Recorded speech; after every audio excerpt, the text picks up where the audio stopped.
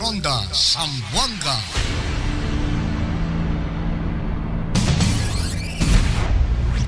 Suena, balance, mapuerza. Este el RPND XXX, Radio Ronda Zamboanga. Boom, papaya, white rose papaya, yeah, yeah, yeah. Boom, puti ka in 7 days, oh yeah, yeah, yeah, yeah, yeah, yeah. White rose papaya. New White Rose Papaya. May double whitening ng papaya extracts and vitamin B3. Clinically proven magpaputi in as early as 7 days with regular use. Boom, puti ka, white rose papaya, yeah, yeah, yeah, yeah, yeah. Papaya puti, papaya fast. White Rose Papaya with vitamin B3. Manufactured by ACS Manufacturing Corporation. ISO certified world-class quality. ACS. Sa Pride Anti-Bac Detergent, linis ang labada, knock out ang bakterya. Stop ang germs sa Pride with Antibac. Linis ang labada, knockout ang bakterya. Ang Pride Anti-Bac ay may germ knockout action. Kills 99.9% of germs sa damit ng pamilya. Stop ang germs sa Pride with Antibac. Linis ang labada, knockout ang bakterya. Pride Anti-Bac Detergent. Manufactured by ACS Manufacturing Corporation. ISO certified. World-class quality. ACS. Pride Bar, hindi lang puti, kisla puti. Pag nilaban sa Pride Bar Blue, ang puting damit ay magiging Mas puti ito, mas puti ito, mas puti ito. sa Pride Bar Blue. Pwedeng hindi na ako magtina, anyel o bleach dahil ang Pride Bar Blue ay may power whitener na nanunuot sa bawat hibla. Kaya ang damit ay kisla puti at panayan pa sa kamay. Mas puti ito, mas puti ito, mas puti ito. Pride Bar Blue with power whitener. Di lang puti, kisla puti. Pride Bar Blue. Manufactured by ACS Manufacturing Corporation. ISO certified. World-class quality. ACS. Para di madaling masira ang ngipin ng pamilya, ngayon pa lang. Unique toothpaste for brushing every after kumain. Dahil ang unique toothpaste, may Max Protect formula. Ngipin ay Max Alaga, Max Protektado pa. Helps stop cavities even before they start, while keeping breath fresh with regular use. Unique toothpaste for brushing para siguraduhin ngipin ay Max Alaga, Max Protektado pa. Unique. Max Alaga, Max Protectado with unique toothpaste maximum fluoride protection. Manufactured by ACS Manufacturing. ISO certified world-class quality. ACS. Sa panahon ngayon, kau ba'y sigurado? Kau ba'y protektado? Ang pamilya ay i-shield mo. Laban sa bakterya, I-shield mo. laban ng pati virus. I-shield mo. Shield That Soap. Patay ang 99.9% of bacteria and virus tested. Bilib ang mga eksperto sa Philippine Nurses Association. Sa sakit protektado, I-shield mo. pamilya'y protektado. I-shield mo. Shield That Soap. Manufactured by ACS Manufacturing Corporation. ISO certified world-class quality. ACS. Ang buhay ay masaya pag ang hugasin ay easy, lalo na sa masebong kaldero at kawali. Kaya mag-smart dishwashing paste. Pang heavy-duty hugasin. Ang galing, galing, galing. Smart! Yan ang smart dishwashing. May double tanggaling formula, tanggal galingan sebo at bakterya. Kaya ang Smart #1 dishwashing paste. Ang galing, galing, galing. Smart! Yan ang smart dishwashing. Smart dishwashing paste. Manufactured by ACS Manufacturing. ISO certified. World-class quality. ACS. Para sa damit na ka-bloom sa bango, subukan ang Charm Fabric Conditioner. Charm Fat Bond, bangong gumagabloom. Charm Fat Bond, damit ay may bango ng salibong bulaklak. Charm Fabric Conditioner with Stay Fresh technology. Damit ay ka-bloom sa bango. Charm Fat Bond, bangong gumagabloom. Charm Fat Bond, damit ay may bango ng salibong bulaklak. Charm Fabric Conditioner. Manufactured by ACS Manufacturing Corporation. ISO certified. World-class quality. ACS. RPN Radio Philippines Network. Radio Ronda. DXXX Zamboanga. Member, kapisanan ng mga broadcaster ng Pilipinas. lumubog na oil tanker noong Pebrero, nagulat ang kalihim nang tumambad sa kanya ang lawak ng epekto ng tumagas ng langis. Ang detalye sa ulat ng aming senior correspondent, Anjo Alimario. Sakay ng chopper tumulak Papola, Oriental Mindoro si John Secretary Jesus Crispin Rimulya para personal na makita ang naging pagkalat ng langis mula sa lumubog na oil tanker. Kasama ni Rimulya si NBI Chief Medardo De Lemos na abala naman sa case build-up laban sa mga dapat managot. Bumungad sa kanila ang buo-buong langis na umabot nasa dalampasigan. It's bigger than advertised, meaning to say, between Batangas and Mindoro, kalat na talaga siya. And it's really there, very near Verde Island already. Ani Rimulya, prioridad daw ngayon kung paano malilinis ang tumagas na langis. We have committed to the people there in Polat at ang gagawin natin dito, when we meet on Thursday, andito ang Office of Civil Defense, of which andyan ang National Risk Reduction Disaster Management, Disaster Management Risk Reduction.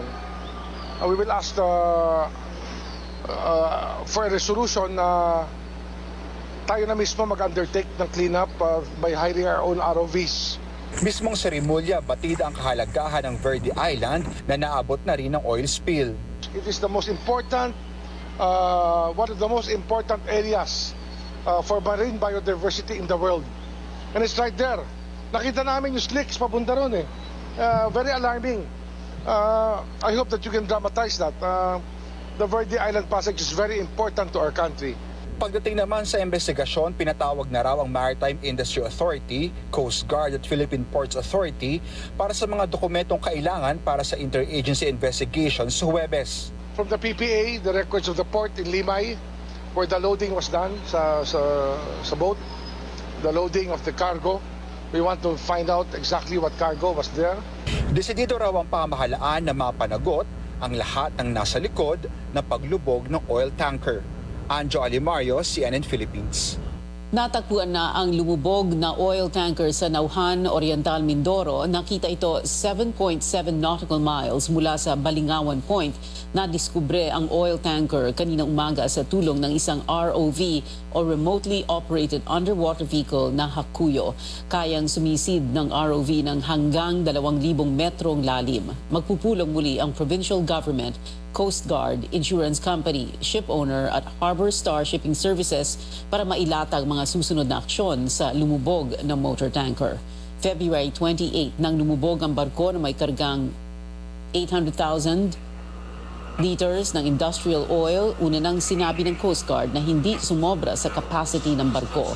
Umabot sa 145,000 na residente apektado ayon sa Social Welfare Department. Bukod sa Oriental Mindoro, umabot na sa Palawan, Antique at Batangas ang tumagas na langis. Inirekomenda ng Bureau of Fisheries and Aquatic Resources o BFAR ang fishing ban sa Oriental Mindoro. Ayon sa initial findings ng ahensya, may traces ng oil at grease ang nakuhang water samples mula sa 10 bayan ng probinsya noong March 3 hanggang 14. May nakita ring low-level contaminants sa mga isda na delikado sa kalusugan ng tao. Ayon sa BFAR, posibleng dumami pa ang contaminants sa mga pagkaing dagat. Naghain ng petisyon sa Regional Wage Board ang higit 20 grupo at unyon ng mga manggagawa para itaas ang minimum wage sa 1,100 pesos sa National Capital Region. May ulat ang aming correspondent, Carrie Cator.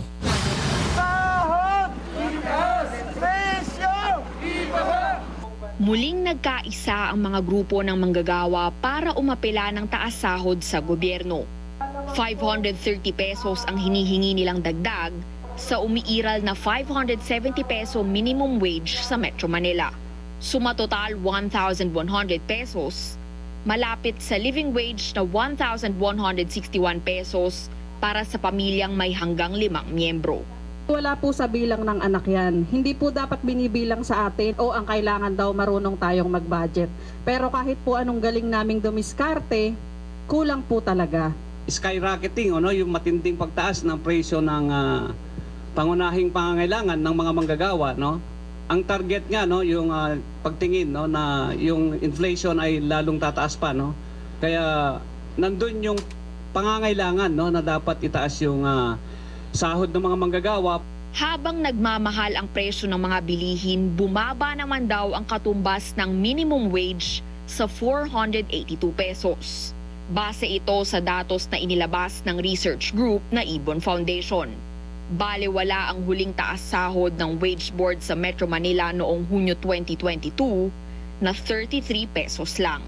Ang nakalipas na dagdag sahod ay napakabarya at inungusan pa ito ng patuloy na pagtaas ng mga pangunahing bilihin at patuloy na pagsirit ng halaga ng presyo ng gasolina na may epekto sa lahat ng basic commodities natin.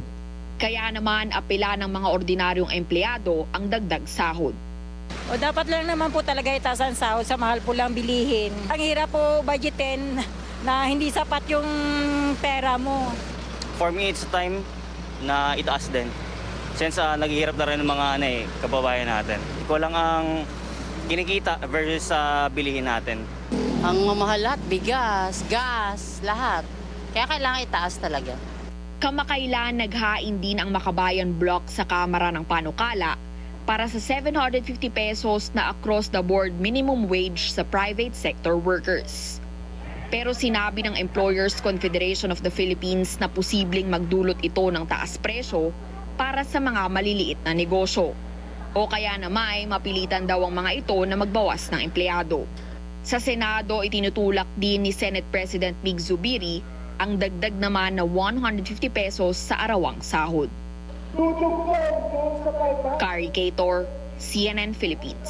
Ibinulgar ng isang senador ang umano'y sabwatan sa pagitan ng Agriculture Department at sugar traders ayon kay Senator Risa Ontiveros na miyembro ng Blue Ribbon Committee.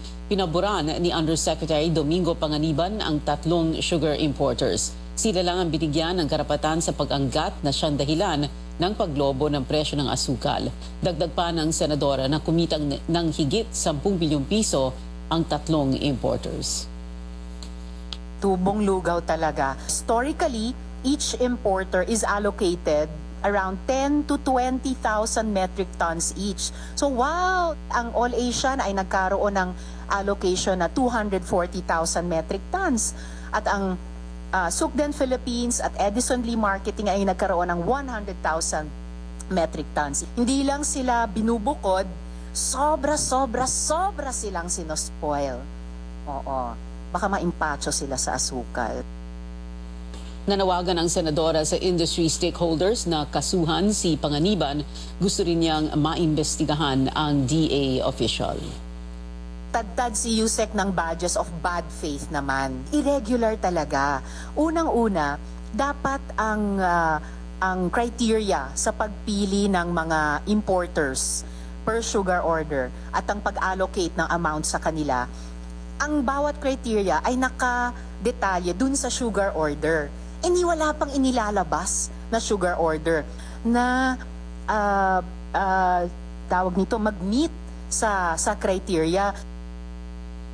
Sinusubukan ng CNN Philippines na kunin ang panig ni Undersecretary Panganiban at ng Palasyo pero wala pa silang tugon hanggang sa ngayon.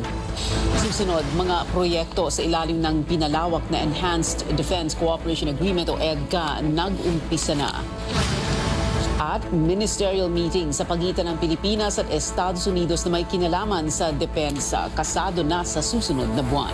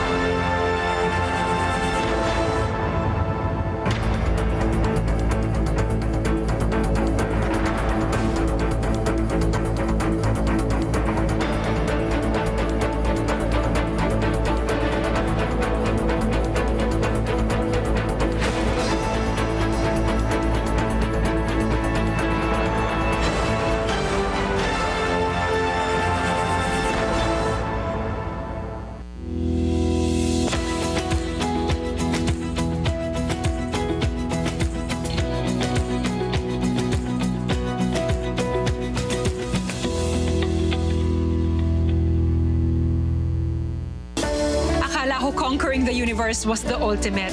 But there's more. Dahil tinawag ho ako ng Panginoon for a major purpose. To guide the youth, help communities, and to bring others closer to Him. Kaya I take care of my health through proper diet, exercise, and MX3 capsule. I am ready to serve. Kasi para sa Panginoon, hindi lang ako fourth runner-up. First place ako sa puso niya. Mahalagang paalala, ang MX3 capsule ay hindi gamot at hindi dapat gamitin panggamot sa anumang uri ng sakit. Bago ako magmahal ng iba, mamahalin ko muna ang sarili ko. Mag-iipon muna ako ng pag-ibig. Pag-ibig regular savings. Earn 25 times more sa contributions mo. Ang contributions mo, ipon mo. Mas malaking contribution, mas malaking ipon. I'm worth it. I deserve pag-ibig. David Foster and Friends. Live at the Theater at Soleil.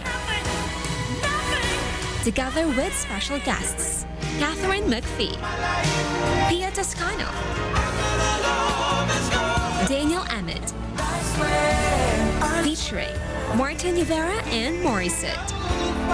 David Foster and Friends. Buy your tickets now at ticketworld.com.ph.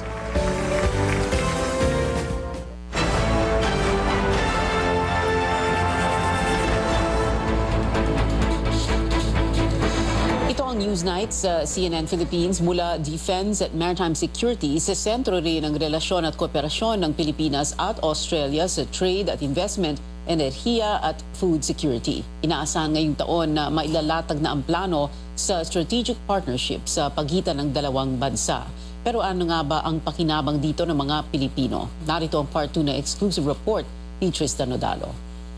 Ikinakasa na ang isang strategic partnership plan sa pagitan ng Pilipinas at Australia na magdedetalye sa magiging estado ng relasyon ng dalawang bansa sa mga susunod na taon. Ito ang kinumpirma sa isang eksklusibong panayam kay Australian Ambassador Hae Kyung o HKU sa CNN Philippines. Umaasa ang Australian Ambassador na lalagdaan ng dalawang leader ng mga bansa ang kasunduan ngayong taon.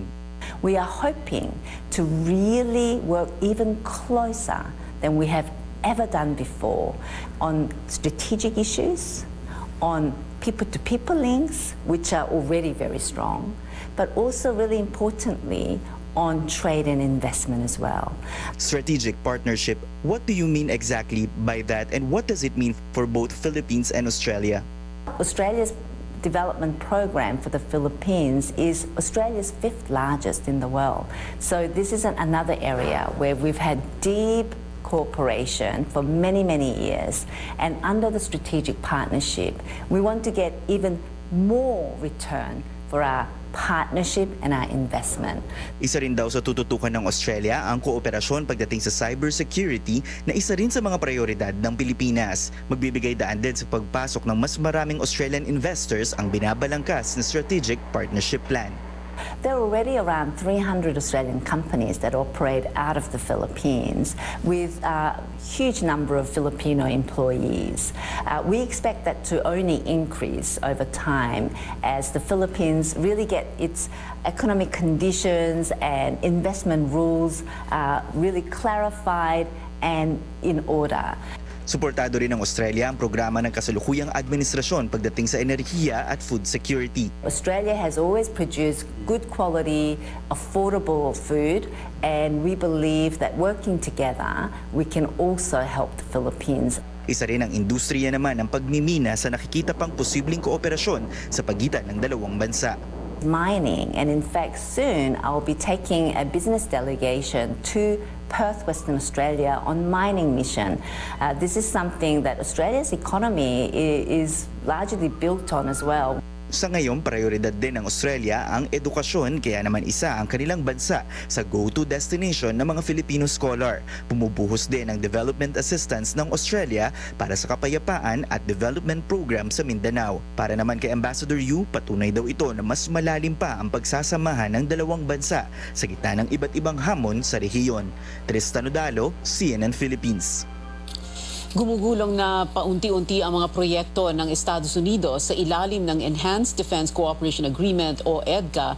Pinakahuli riyan ang pagsasaayos ng runway ng isang Air Force base sa Pampanga.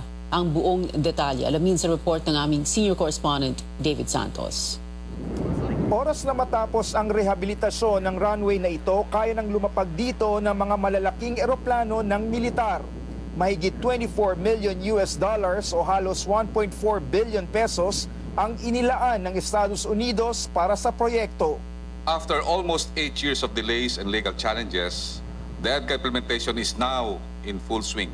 Kabilang ang Cesar Basa Air Base sa Florida Blanca, Pampanga, sa unang 5 kampo ng Armed Forces of the Philippines na papayagang gamitin ng Amerika sa ilalim ng Enhanced Defense Cooperation Agreement o EDCA. 2019 pa natapos sa pagpapatayo ng HADR warehouse na ito na bahagi ng mga EDCA projects dito sa Basa Air Base. Matapos ang halos 4 na taon saka naman uumpisahan ang pagkukumpuni ng runway. Sa kabuuan, gagastos ng inisyal na 82 million US dollars ang gobyerno ng Amerika para sa mga proyekto ng EDCA. Malaking porsyento raw ng pondo mapupunta sa mga local contractors at construction companies. Generating economic growth in Philippine communities.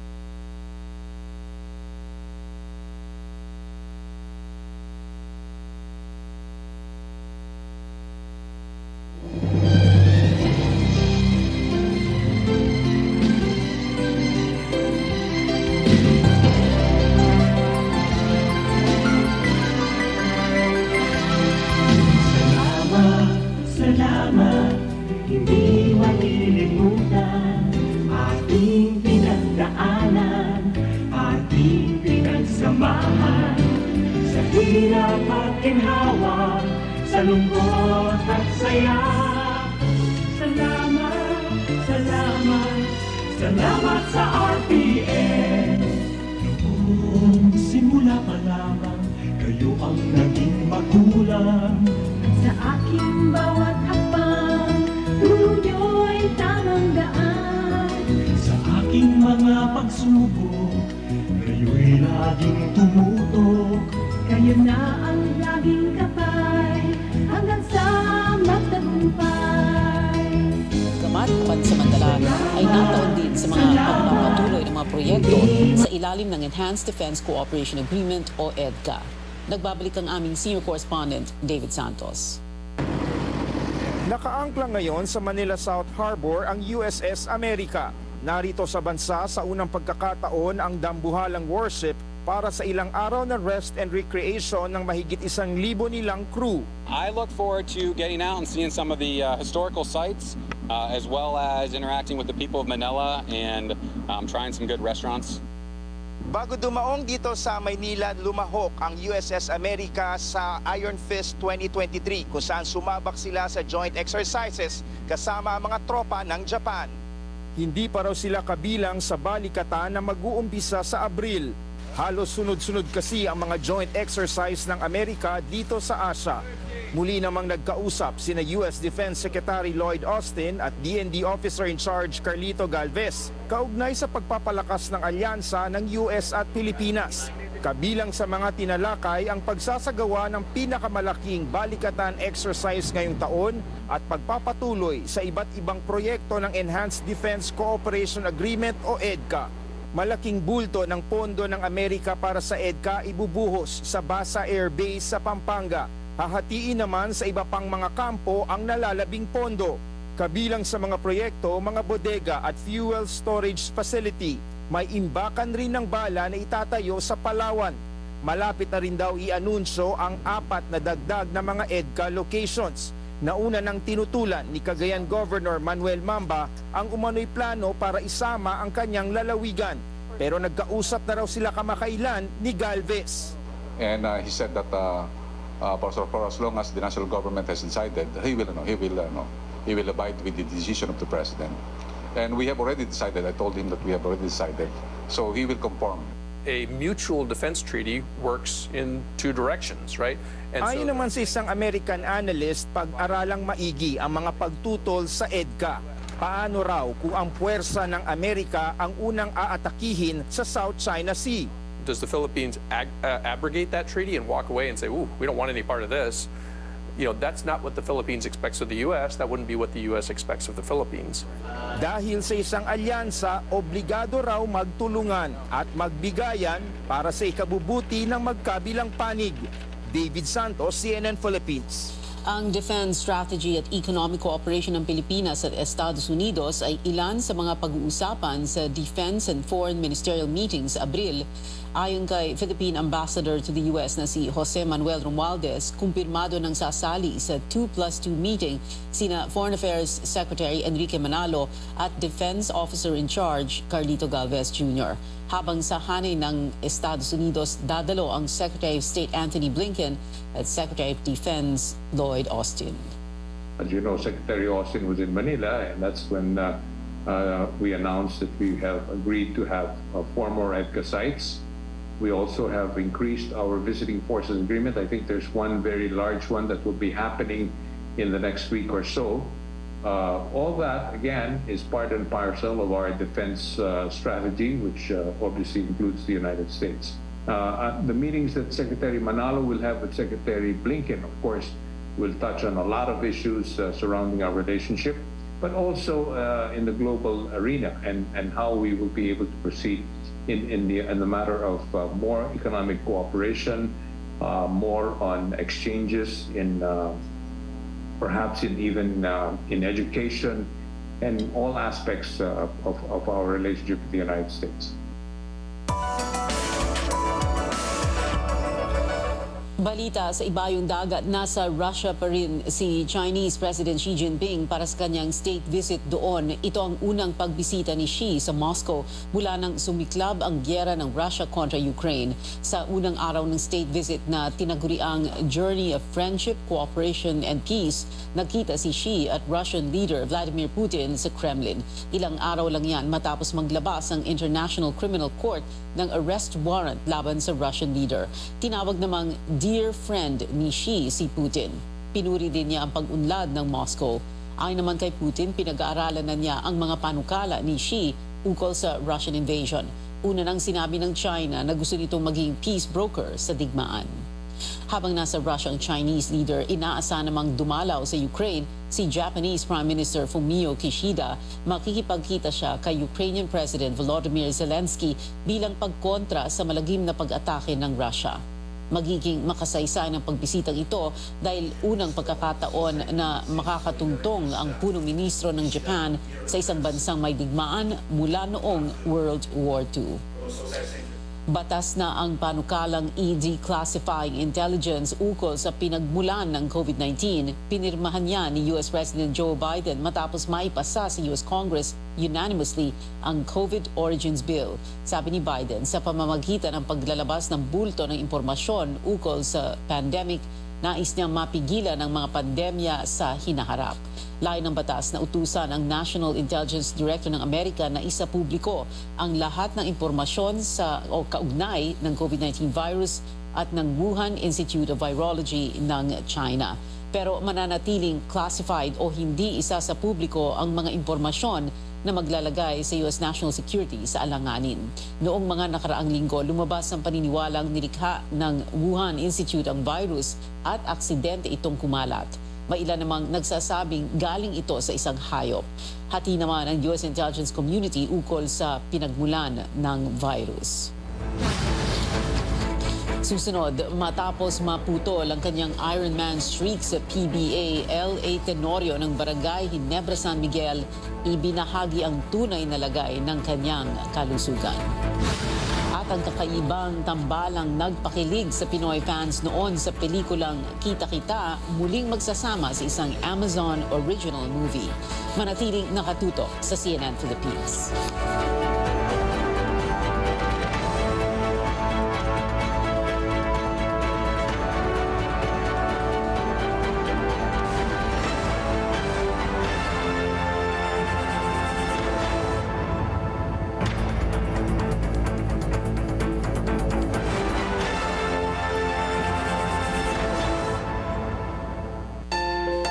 Fried chicken?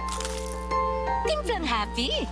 With easy-to-cook Magnolia Chicken Timplados. Iba't ibang sarap ng chicken, kaya. Anong Magnolia Chicken Timplados mo? Iba't ibang easy chicken sarap. My faith in God led me to all these blessings. Kaya ako, all out sa lahat ng bigay ng Panginoon. Spirit, mind, and body. Sa tulong ng exercise, healthy diet, and MSU+. Sabi ng tatay ko, when you put God first, you will always be first. MSU Plus with CoQ10 and L-carnitine, my plus in life. Mahalagang paalala, ang MX3 Plus ay hindi gamot at hindi dapat gamitin panggamot sa anumang uri ng sakit. Mula sa Jolly Heartmate Canola Oil, ang puso mo. I'm sorry! Hindi masarap ang food. Bakit? Parang kasalanan ko. Dapat kasi, nag-Jolly Heartmate Canola Oil ka. Ang family namin? Heartmate for life! From Fly Ace. Salamat! Tayo muling nagkita. Salamat! Paborito ko talagang pula. Dream car nyo! Salamat! Kayo ang inspirasyon. Salamat! Sinagot mo na ako! Salamat sa Primera Light, ang branding natin. Primera klase ang Primera Light na bonding. Primera Light, salamat sa'yo.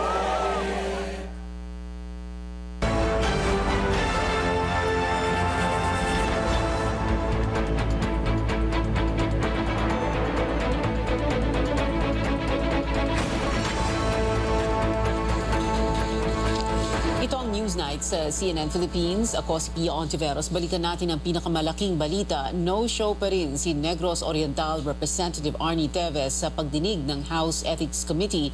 Binigyan siya ng House panel ng isang araw na palugit pero para personal na magpakita sa kamera bago talakayin ang hindi niya pagbalik sa trabaho kahit paso na ang kanyang travel clearance. Ayon kay Representative Felimon Espares, ito ang huling extension na ibibigay kay Teves. Nakatakdang maglabas ng report at rekomendasyon ng komite sa plenaryo bukas.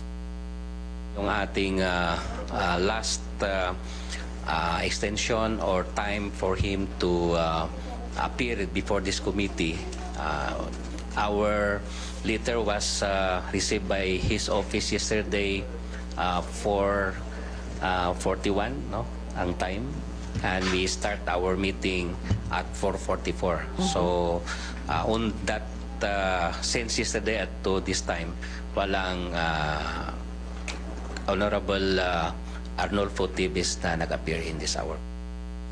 Ayon sa House Rules, maaaring masuspindi o ma-expel ang kongresistang lalabag sa panuntunan ng Kamara sa 2/3 na boto ng mga mambabatas. Kung suspension ng parusa, hindi ito hihigit sa 60 araw. Nakarating na sa plenaryo ng Senado ang panukalang Maharlika Investment Fund. Sa pinakahuling bersyon, kabilang pa rin sa pagkukunan ng pondo ang Bangko Sentral. Pero sabi ng isang mambabatas, tila magpapatiwakal ang bansa kung matutuloy ito. Narito ang report ni Imor Santos. Matapos lang ang tatlong pagdinig, inihain na sa plenaryo ng Senado ang panukalang Maharlika Investment Fund.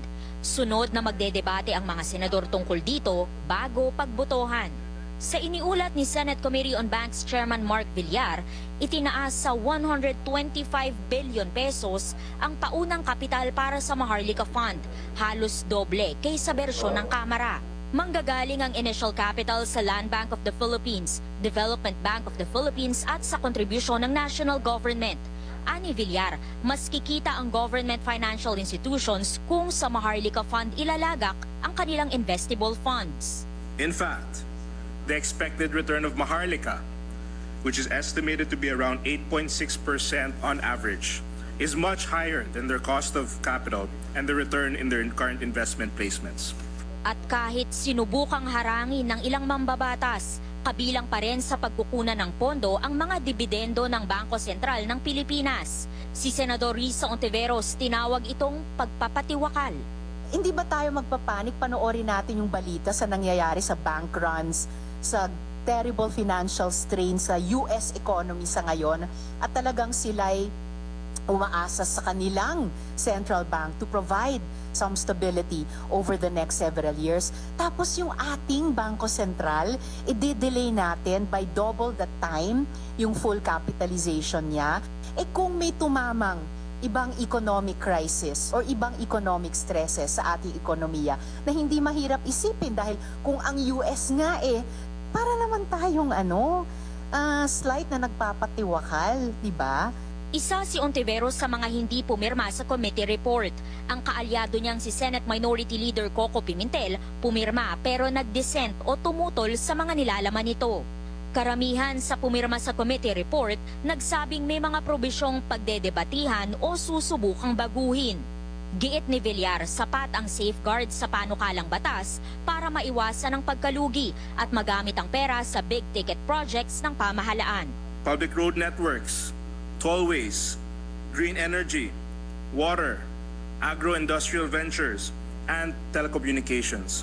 Some of our big-ticket priority projects may be undertaken by Maharlika Investment Corporation through co-investments with global financial institutions and multilateral partners, opening another corridor for foreign direct investments. Ikinatuwa ng economic managers ang pag-usad ng Maharlika Fund sa Senado 3 buwan matapos itong ipasa ng Kamara. Nakahanda raw magbigay ng technical assistance ang Budget Department habang nirerespeto ang proseso ng Kongreso. Amor Santos, CNN Philippines. Naghain ng show cause order ang House Agriculture and Food Committee laban sa resource persons na hindi dumalo sa hearing kaugnay sa umano'y hoarding at price manipulation ng sibuyas. Dismayado ang mga mambabatas sa pagliban ng 8 resource persons na karamihay mga officer ng cold storage facilities. Kinwestiyon ni Marikina Representative Stella Kimbo at Iloilo Representative Janet Garin ang dahilan na ibinigay ng resource persons. Karamihan ay nagsabing mayroon silang COVID o kaya'y sakit sa baga. It is really very, very frustrating. Mukhang pati ba naman sa absences ay meron ding cartel. I move that we issue a show cause order against the group of Super 5 and explaining to the, and Rivson as well, and explaining to the committee why we should not be citing them in contempt for failure to give us sufficient basis for their absence. Gustong alamin ni Congresswoman Kimbo ang posibleng kaugnay ng trading at cold storage companies sa pagkontrol ng mga stock ng sibuyas. Kumalat na ang African Swine Fever o ASF sa mga bahagi ng Cebu Province. Ayon sa Bureau of Animal Industry o BAI, apektado na rin ng ASF ang Cebu City, Liloan, Tuburan, Bogo City at Sibonga. Base yan sa pagsusuri ng samples mula sa backyard farms na unang na-detect sa Karkar City ang sakit noong unang linggo ng Marso. Iniimbestigahan pa ng BAI ang lawak ng outbreak samantala nanindigan ng Cebu Province na hindi ito magpapatupad ng culling o pagpatay sa mga baboy na taliwas sa pandaigdigang protocol sa ASF. Inirekomenda ng BAI na magkaroon ng culling o depopulation sa 500-meter radius ng infected premises. Sabi ng Cebu Provincial Legal Office, bubuo sila ng sarili nilang protocols para mapigilan ang pagkalat ng ASF. Dagdag pa nila, hindi raw kinonsulta ang kanilang probinsya tungkol sa culling.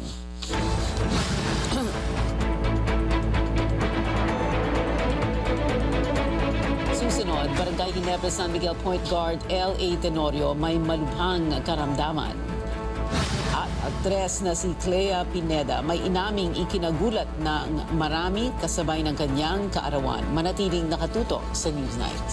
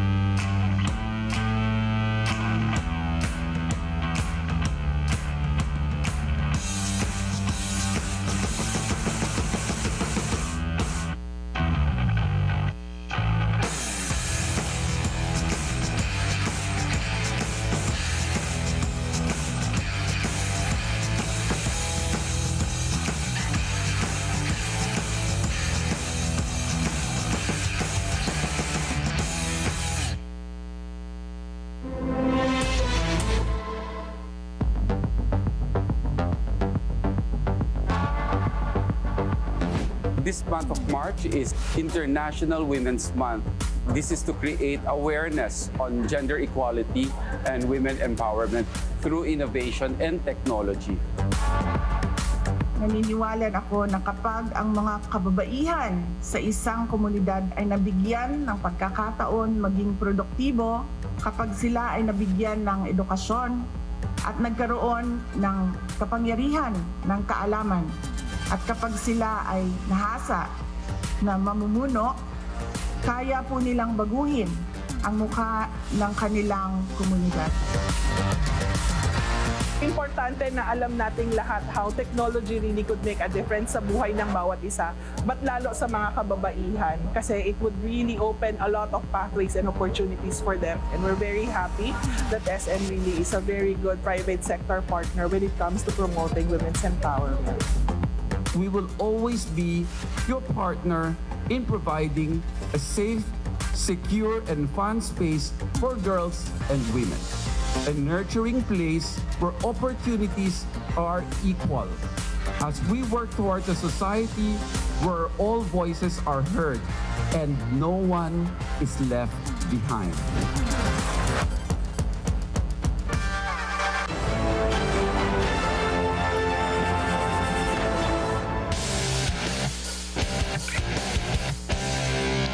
Ito ang Newsnight sa CNN Philippines. Nakaharap ngayon sa pinakamalaking laban ng kanyang buhay si Barangay Ginebra San Miguel Guard L.A. Tenorio. Sa pahayag na inilabas sa website ng PBA, ibinahagi ng 8-time league champion na mayroon siyang stage 3 colon cancer. Ani Tenorio, dumaan siya sa mga pagsusuri 3 linggo na nakakaraan at noong 1 linggo lamang ay sumailalim sa surgery. Nakatakda rin siyang sumalang sa treatment sa mga susunod na buwan. Nagpasalamat si Tenorio sa mga sumusuporta sa kanya at naniniwalang makababalik pa siya sa basketball. Humingi rin siya ng tawa dahil ginawa niyang rason sa pagliban sa mga laro ang groin injury na tinamo niya noong Enero. Bago ma-diagnose na may cancer, si Tenorio ang kinikilalang Iron Man ng PBA dahil sa kanyang record na 744 straight games played. Susubukan ni The Muscle Man Vic Manuel na dalhin sa PBA Governors Cup semifinals ang maganda niyang inilaro sa panalo ng San Miguel Beermen kontra Converge Fiber Xers sa quarterfinals noong linggo. Flawless ang performance ni Manuel dito, 20 points mula sa 9 of 9 shooting, 2 of 2 free throws, 4 rebounds, 2 assists at wala ni isang turnover. Medyo nagulat din ako dyan. Hindi ko alam na wala akong na-miss na attempt. So, yun, kailangan laro lang talaga ako eh. Ready lang ako. Kasi hindi ko alam yung minutong ibibigay sa akin ni coach. Kaya yan, laro lang ako ng laro talaga. Binibigay ko lang yung best ko. Pero giit ni Manuel, kailangan nilang paghandaan ang Ginebra para maulit ang panalo nila sa crowd favorite squad noong elimination round. Siguro yung magiging challenge sa akin dito, yung yung speed nila. Alam ko yun yung gagawin nila kasi nung time na nakalaban na yun yung ginamit nila sa amin yung speed nila. So, yun, kailangan ma-match lang namin yun. Malalaman kung kailan magsisimula ang Best of 5 San Miguel Barangay Ginebra Showdown pagkatapos ng iba pang quarterfinal series na mag-uumpisa bukas. May bagong head coach ang Philippine Men's National Football Team. Ayon sa pahayag ng Philippine Azkals, pumirma si Qatar-based mentor Perez Rondi ng multi-year contract para pangunahan ang koponan. Pinalitan ni Rondi si Spanish coach Josep Ferre bago mapunta sa Azkals. 3 taon siyang naging technical supervisor sa Qatar Football Association. Balik Azkals naman si dating team captain Stephen Schrock bilang technical staff member. Makakasama ni Rondi ang Azkals bago ang friendly matches nito laban sa Kuwait at Jordan ngayong buwan. Pagkatapos magwagi ng gold medal sa ilang international competition at sa women's individual epee ng UAAP Season 85 kamakailan, may bagong tinatarget ngayon ang University of the Philippines fencer at anak ni Richard Gomez at Lucy Torres Gomez na si Juliana. Sa panayam ng Sports Desk, ibinahagi ng 22-year-old athlete na nais din niyang maging kinatawan ng Pilipinas sa malalaking events gaya ng kanyang ama noon. For the remainder of the year, Yeah. I'll be trying to qualify for the national fencing team. that will allow me to play in the SEA Games, that will allow me to hopefully qualify for the Asian Games. And I really do want to represent my country on a much bigger stage. Olympics. I hope so. That's my dream. Si Gomez ang nag-iisang gold medalist ng Fighting Maroons sa fencing ngayong UAAP season nang biguin niya si Syra Vergara ng DLSU Green Archers sa finals. Out and proud ang aktres na si Clea Pineda matapos niyang ihayag na bahagi siya ng LGBTQIA+ community sa pagdiriwang ng kanyang kaarawan. Yan at ilan pang showbiz updates hatid sa atin ni Sam Sadwan. Sam. Pia, extra special nga raw kung maituturing ang 24th birthday ng aktres na si Clea Pineda matapos niyang matapang na ihayag na bahagi siya ng LGBTQIA+ community. Sa Instagram, binahagi niya ang naturang anunsyo. Anya, ito ang pinakamatapang na desisyon na nanagawa niya sa kanyang buhay. Dagdag pa niya, ginawa niya raw ito para maka-inspire and to empower others who are still struggling to come into terms with their sexuality. Sabi niya mahirap at nakakatakot ito pero walang mali at walang kulang kung magpapakatotoo tayo. Samantala, ang tambalang Donnie Pangilinan at Bel Mariano naman ay tila may niluluto para sa Don Bell fans. Yan ay matapos mag-post sa Instagram ang filmmaker na si May Cruz Alviar sa kanilang meet-up with the popular Love Team at nilagyan ng caption na "Here we go." Kaya nabuo ang speculations ng Don Bell fans na may upcoming movie ang dalawa under May Alviar's direction. Si Alviar ang nasa likod ng ilang hit romantic comedy film gaya ng Everyday I Love You, Bride for Rent at Crazy Beautiful You. Matapos ang isang taon deciding to go on a pescatarian diet then going vegan, ang MMFF Best Actress na si Nadine Lustre is being active again sa mga environmental causes.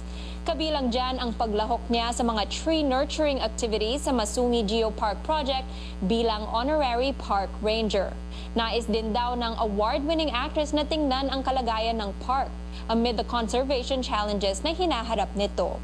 Ibinahagi niya rin ang kanyang vegan lifestyle na anya her own way to uplift the welfare of animals and the planet. Usapang Korea naman tayo, nakatakdang ikasal ang My Girl star na si Lee Da-hee at Korean singer na si Seven sa May 6 after being in a relationship for 8 years.